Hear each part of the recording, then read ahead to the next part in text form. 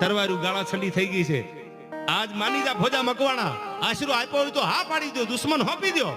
એટલે તમે તમારા માર્ગે, અમે અમારા માર્ગે જીવતા નજરકેદ કરવાના છે. આપી દો કે દુશ્મન મેં નથી આશરો આપ્યો, આગળ નથી. એટલે બહુ કહેવામાં આવ્યું, કલાક બે કલાક કહેવામાં આવ્યું, ન માન્યા. એટલે કોઈ કીધું કે બાપુ આ ભોજો એમ નહીં માને. આજ પણ એક નાના એવા પોલીસ સ્ટેશનમાં ગુનો દાખલ થાય અને કોઈ અધિકારી, કડક અધિકારી કોઈ તોમતદારને, ગુનેગારને મનાવવા માટે કેટલું તમે જાણો છો કેટલી એના માટેની પ્રોસેસ કરતા હોય.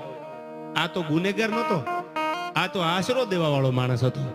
સાહેબ રાજાનું પ્રેશર આવ્યું કે એને કયો માની જાય કે પણ નથી આપ્યો આશરો, કે આ એમ નહીં માને. તો ચોકમાં લાવી અને શરીર માથે હારડિયું ફેરવો, અને સારડિયું ફેરવો તો એને ખબર પડે, પીડાની ખબર પડે તો માની જાય બાપુઆ.